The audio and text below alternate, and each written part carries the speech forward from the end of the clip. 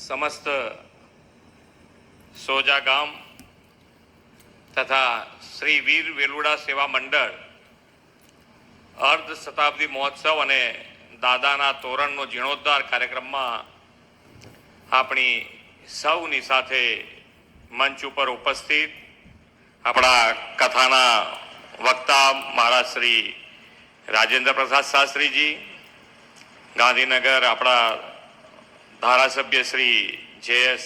પટેલ, ગાંધીનગર જિલ્લા ભાજપ પ્રમુખ શ્રી અનિલભાઈ પટેલ, અમારા પૂર્વ ધારાસભ્ય શ્રી અમિતભાઈ ચૌધરી, સરપંચ શ્રી સુશીલાબેન પટેલ, સૌ દાતાશ્રીઓ, સૌ આયોજકશ્રીઓ, સોજા ગામના સૌ ગ્રામજનો, આમંત્રિત સર્વે મહાનુભાવોને સૌને મારા જય શ્રી કૃષ્ણ.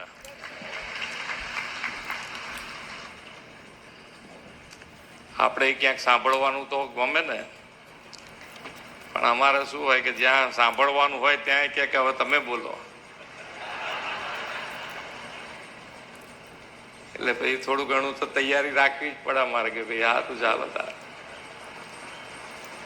અમે સારું શાસન, સારી રીતે આપની સેવા કરી શકીએ એની તાકાત અમે તમારામાંથી જ મેળવતા હોઈએ. બીજે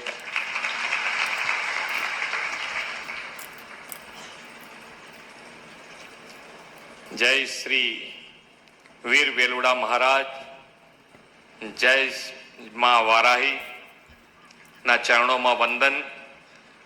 વિશ્વ નેતા અને યશસ્વી વડાપ્રધાન શ્રી નરેન્દ્રભાઈ મોદીએ સૌનો સાથ, સૌનો વિકાસ, સૌનો વિશ્વાસ અને સૌના પ્રયાસનો આપણને કાર્ય મંત્ર આપ્યો છે.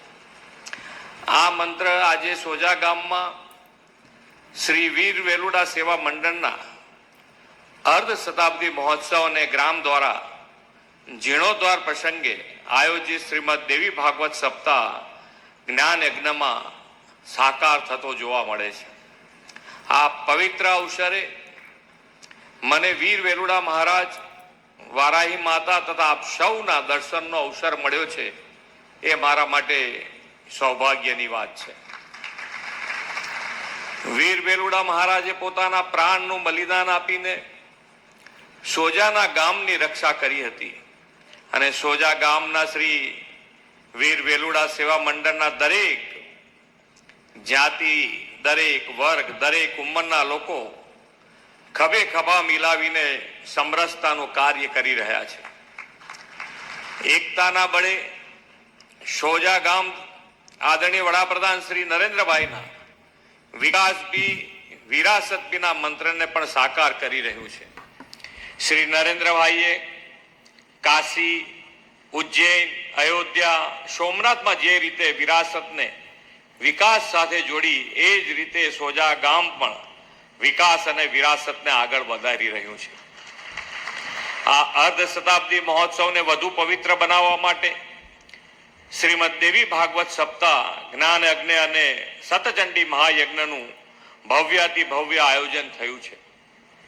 શ્રીમદ દેવી ભાગવત પુરાણમાં માતૃશક્તિનો મહાન ગ્રંથ છે અને જેમાં માં ભગવતીના મહિમાનું વર્ણન છે. દેવી એ માતા છે, એ અન્નપૂર્ણા છે, એ રક્ષણકારી છે, એ રણચંડી છે, એ દયાળુ છે, એ કરુણામય છે. એવા માતાજીના અનેક સ્વરૂપો દેવી ભાગવતમાં અને શક્તિ ઉપાસનાના સાહિત્યમાં જોવા મળે છે. દેવી ભાગવતનું શ્રવણ કરવાથી માતાના સ્વરૂપનું અને પરાક્રમોનું જ્ઞાન વધે છે અને સાથે સાથે દેવી એટલે શક્તિ, દેવી એટલે ઉર્જા, આ શક્તિ સ્વરૂપિણી માતાનું મહત્વ સમજાય તો સમાજમાં સ્ત્રીઓ પ્રત્યે સન્માનની ભાવનાને પણ બળ મળે છે. વડાપ્રધાન શ્રી નરેન્દ્રભાઈ મોદી પણ શક્તિના ઉપાસક છે. માતૃશક્તિનો તેમણે કાયમ મહિમા કર્યો છે. તેમાં હંમેશા કહે છે તેઓ કે ગામની એકતા એ રાષ્ટ્રની